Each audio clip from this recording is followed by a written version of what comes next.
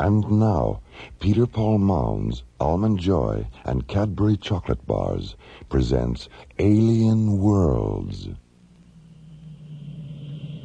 Slowly rotating at the edge of deep space, 1,000 kilometers beyond the atmosphere of 21st century Earth, is the Arthur C. Clarke Astronomical Observatory, Starlab. Here, Starlab Research Director Maura Cassidy and scientists and technicians of the International Space Authority watch over the countless stars and planets that fill the silent distances beyond the giant space station. This week, an ancient intruder from another galaxy exposes Starlab to the genetic mysteries of the seeds of time on Alien Worlds.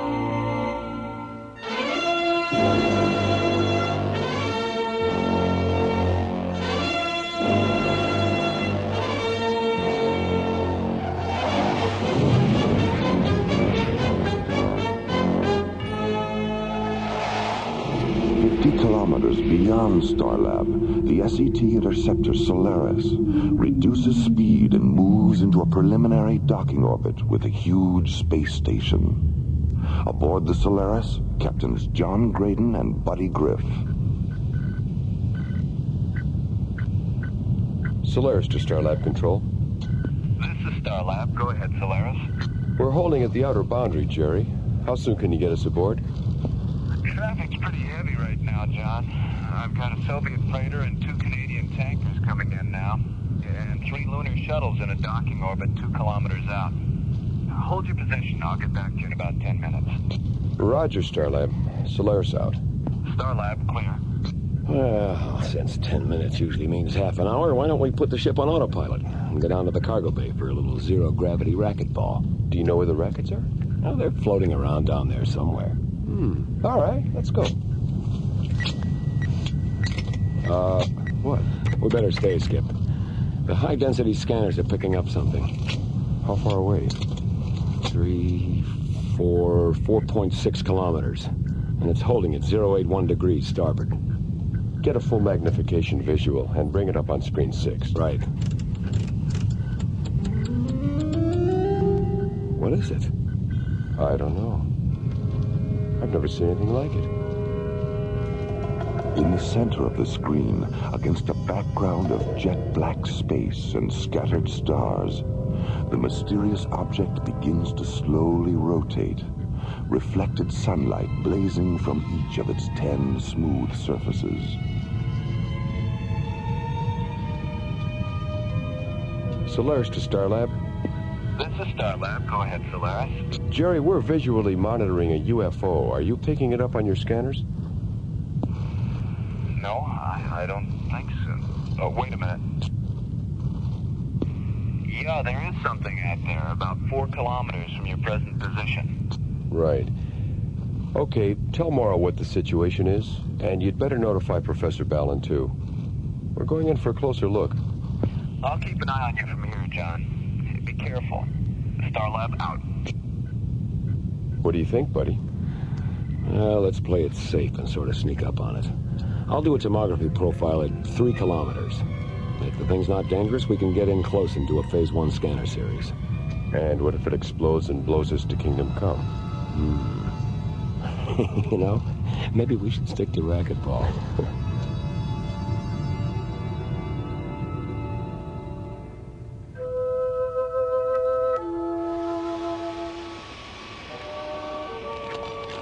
Whoa. Talk about sensory overload. Wonder how she keeps her balance. Maybe it's trick photography. Couldn't be. No photographer is that tricky. Instruction over to 5 to Starlab Control. This is Starlab. Go ahead, Maggie. We've got a problem, Jerry. We're still working on this new orbital power satellite at Vector 706, and we've just lost our last bundle of solar panels. What happened?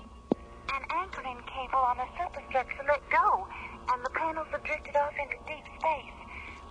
Can you help us out? This thing's supposed to be operational by tonight. How many panels do you need? 10. What type? Amplitron ST16. Oh, hold on. I'll check the computer and see what we got. This is your lucky day, Maggie.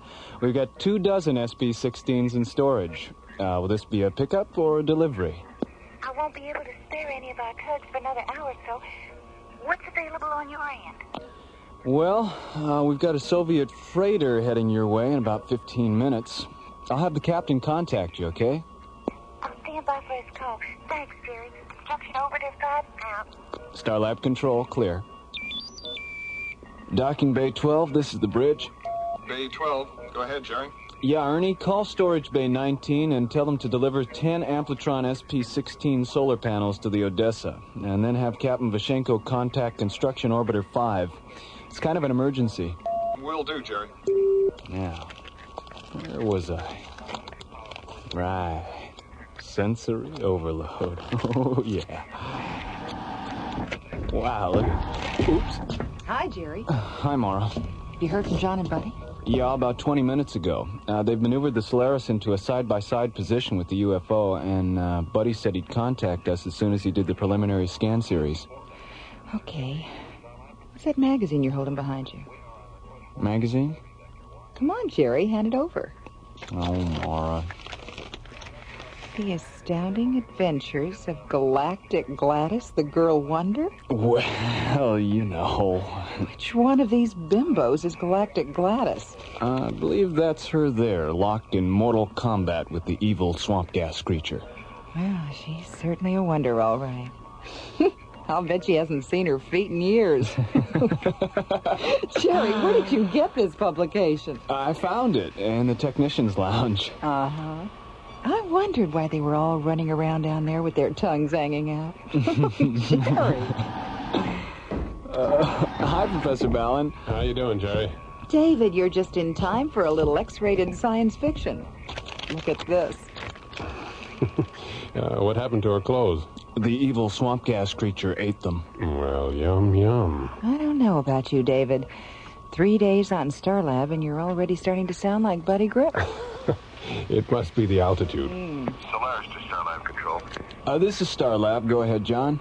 We finished the preliminary scans on the UFO. Is Maura there? I'm right here, John, and so is our new alienologist. Okay, here's Buddy. The object is 3 meters square and shaped like a decahedron. It's made of some kind of copper-colored metal that's about 75% hydrogen. As far as we can tell, there's no inboard or outboard propulsion system. How fast is it moving, Buddy? How fast do you want it to move? What does he mean, John? Well, it was stationary when I brought the ship alongside, but for the past 10 minutes, it's been matching our speed, no matter how fast we go. What kind of a readout did you get on the tomography scan, buddy? The interior of the thing is filled with some kind of ionized gelatin that converts to nitrogen plasma, and then reconverts to gelatin at 12-second intervals. Buddy, is it giving off any kind of sound? Yes, it is. When the gelatin converts to plasma, the object gives off what sounds like accelerated heartbeats. And when the plasma reconverts to gelatin, we hear the heartbeats in reverse. Alien Worlds will continue. This woman's sorry for keeping you guessing. You never know what I'll do. That's why I'm here confessing. It's because sometimes I feel like a nut, sometimes I don't. Almond Joy's got nuts, Mounds don't. Almond Joy's got chocolate, coconut and munchy nuts too. Mounds got chocolate and chewy coconut. Ooh. Sometimes I feel like a nut, sometimes I don't. Almond Joy's got nuts, Mounds don't. Because sometimes I feel like a nut, sometimes I don't. Sometimes I feel like a nut, sometimes I don't.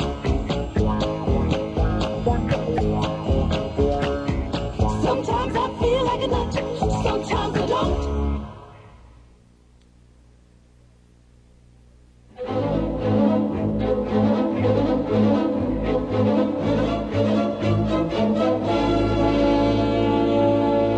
Alien Worlds continues.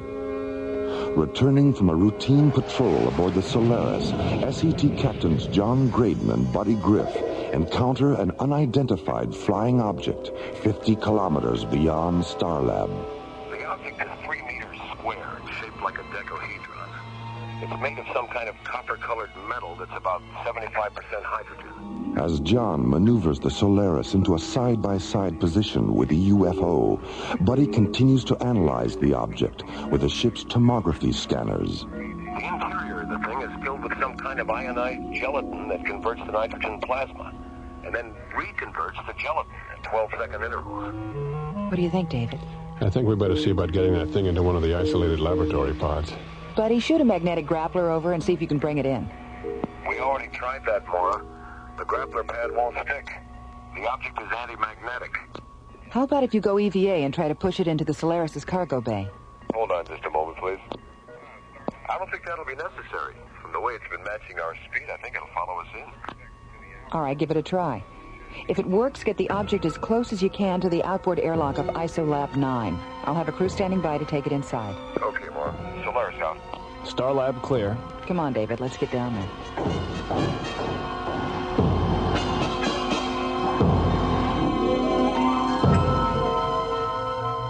15 minutes later, the Solaris maneuvers the object into a position 2 meters away from ISOLAB 9's outboard airlock. Then, as John guides the Solaris into a nearby docking bay, the lab's airlock opens, and a crew of technicians in yellow pressure suits and tinted glass helmets take the alien decahedron inside. 10 minutes later, the object rests on a slowly rotating observation pad in the center of the lab's brightly lit quarantine chamber. It's remarkably beautiful, isn't it? Frightens me. Why? The way it looks. The color and size, texture. All those desperately perfect angles constantly repeating themselves. Its physical aspects are so familiar we can call them by name in a language we all understand. And yet we don't know what it calls itself or what it might be calling us. You feel whatever's inside is alive? Don't you? Yes. Well, at least our scientific selves are still in sync. Maura, please. Not now. Look who's here. Hi, fellas. Well, I'm glad to see it hasn't blown up yet. Come on, Skip, let's go inside for a close-up. Yeah, okay. I think you better stay on this side of the glass for a while. The object's still being scanned. If you go in there now, your body impulses will be included in the scanner data. Maybe we should go in anyway, just to blow their minds up in data processing. Yeah, I can hear Professor Clarke now. I say, Ramsey, have you seen this printout? Graden and Griff are trapped inside that alien gizmo. Really? How do you know it's them? Elementary, my dear Ramsey. The tall one's thumbing his nose, and the short one thinks it's funny. Maura? David? Not even a smile? What's with you two? We've got a lot on our minds, John. Yeah, I see. Well, okay. Come on, Skip, let's go have dinner. Yeah, right. So we'll see you guys. See you later. It's time we had a talk, David. Let's go up to my quarters.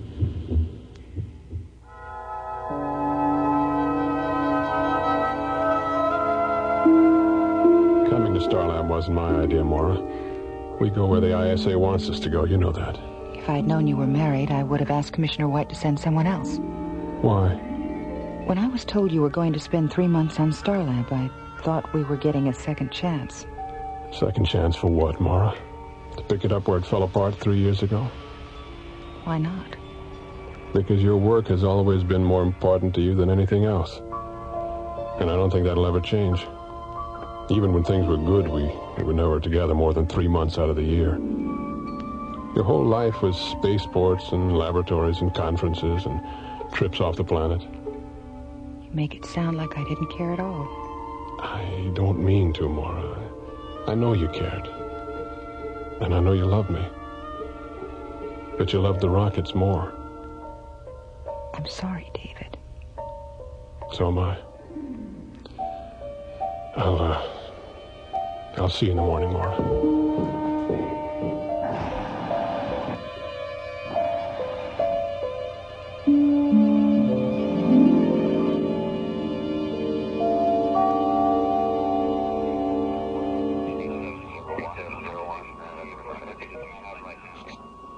Okay, Lunar Shuttle 10, I have you on the screen. Your docking orbit insertion coordinates are 509er at subvector 70 alpha. 509er at 70 alpha. Roger, Starlab. Lunar Shuttle 10, out. Starlab control, clear. Morning, Maura. Jerry, have you seen David? Not since yesterday afternoon. Morning, everyone. Good morning. Have either of you seen David?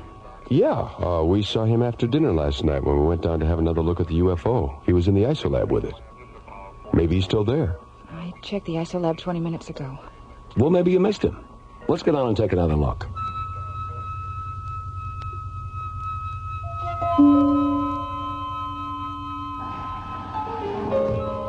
There he is, Maura. Hit the intercom button, Skip. David, can you come out for a minute? There's no need to be frightened, Maura. Professor Balan has not been harmed. David, what's the matter with you? You sound so... Maura, his hands are transparent. David, what happened to your hands? It's not David. I am not Professor Balan, Maura. I am Aviem. David is safe inside my vehicle.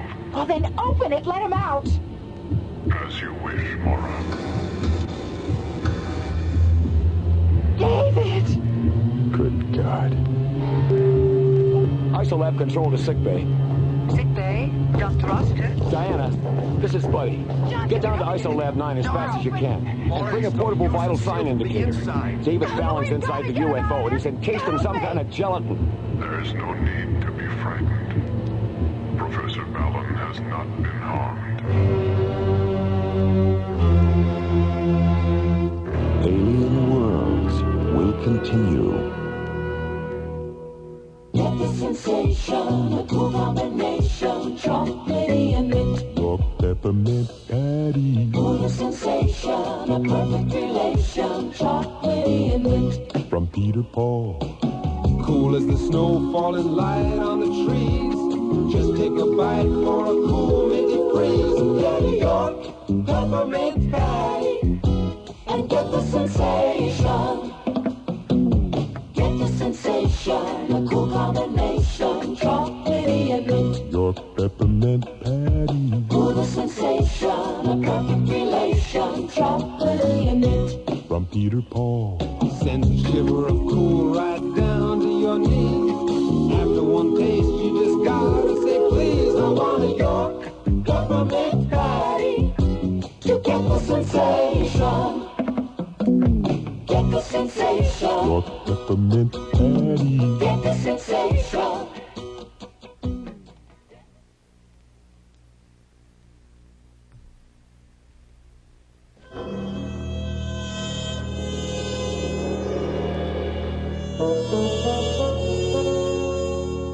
Alien Worlds continues.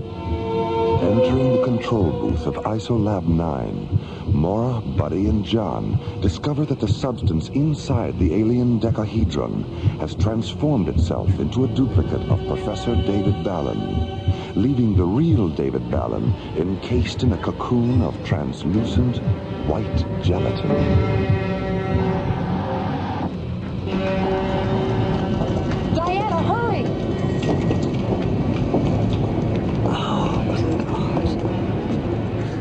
Tried to get into the chamber. The hatch is sealed from the inside. There's no need to be frightened, Dr. Rossiter. Professor Balan has not been harmed. He knows me. He knows all of us, Diana. Connect the vital sign indicator to the scanner terminal, John. Oh, he's all right. His vital signs are perfect. Oh, boy. Well... If you will be patient, the seed placenta will soon evaporate, and David will be released. Soon? How long is soon? Now. David, are you all right? I think so, yes. I suggest you leave the chamber now, David. The placenta residue will soon convert to a toxic irritate your senses. Yes, all right.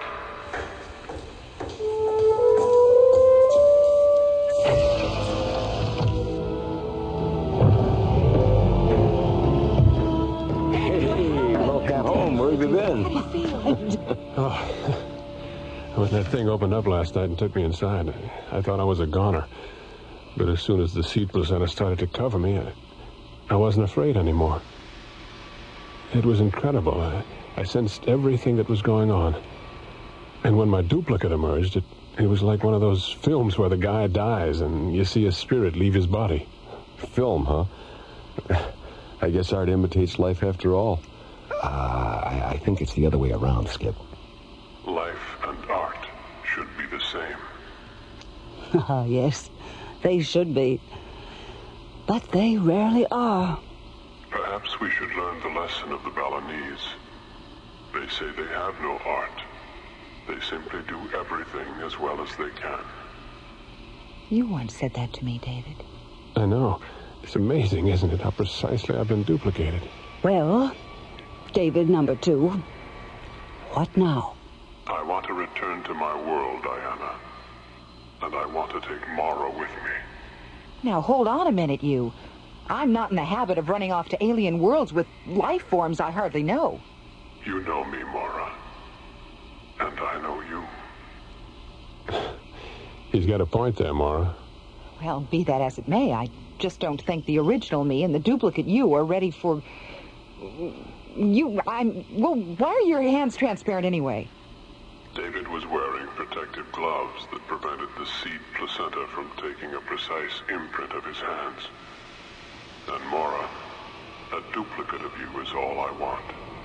Why? I still love you, Maura. Oh, David. Why didn't you... Wait a minute. What am I saying? Oh, this is weird. David? Yes? Yes. Oh, I'm sorry, David. I mean the duplicate David. Yes, Diana. I think all of us would like to know a little more about your origins. Centuries ago, explorers from another galaxy visited my planet. Their bodies contained bacteria, harmless to them, but lethal to us. There was a plague, and before the end came, our scientists created the placenta substance and filled it with the genetic seeds that were the essence of our race. Then they placed these seeds of time in hundreds of vehicles like this one and set us adrift in the universe. Was your race humanoid? Yes, buddy, it was. But some of the cells were randomly coded, so we could become whatever organic life form we contacted. I could have been a bird or an insect, or even a flower. Any living thing in which the seeds could take root. What would have happened if you had become a flower? I would have simply pollinated other flowers of the same species, and my race would have been reborn as a genus of conscious, intelligent orchids or roses. Would you eventually have re-evolved to your original humanoid form? Eventually, yes. But I'm not a flower, am I? I'm an ion-negative duplicate of a human male. And my race can be reborn only if I interact with an ion-positive duplicate of a human female. All right, I'll do it. Good girl. Thank you, Maura. It's okay. Just remember, I don't fool around on the first date. What do you want me to do? Saturate yourself with pure oxygen for 2 minutes. That will protect you from the toxic residue. Then come into the chamber and enter the secondary placenta compartment of my vehicle. Okay. Get me an E4 oxygen unit, buddy. I'm about to become a double feature. Okay.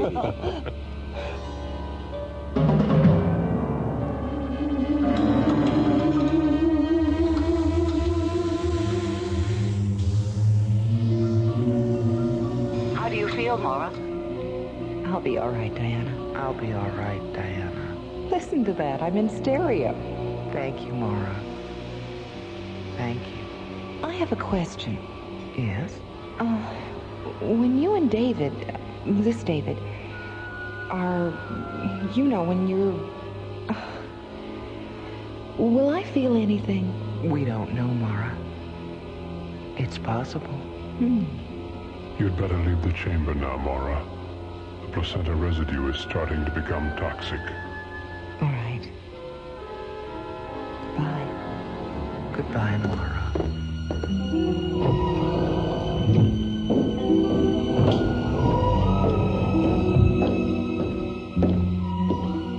Did you arrange for a ship, John?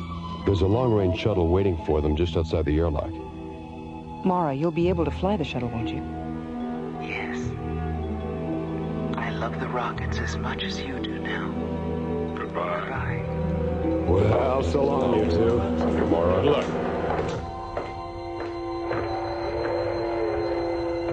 It looks like we're getting that second chance after all, Maura. You're right, David. You're absolutely right.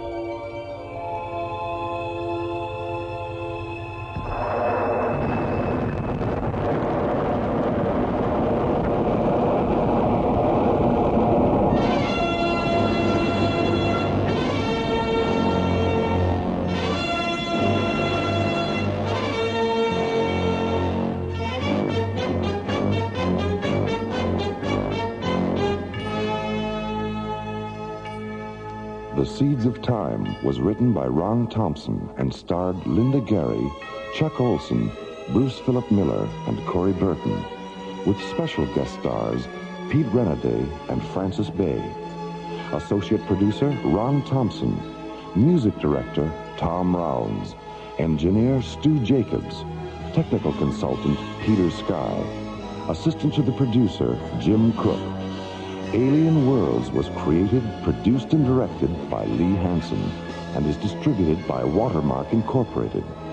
And so, until next week, this is Roger Dressler, inviting you to join us for our next adventure, The Madonnas of Zanzibar Alpha, from the elsewhere and elsewhen of Alien Worlds. Peter Paul and Cadbury Chocolate Bars hope you have enjoyed Alien Worlds.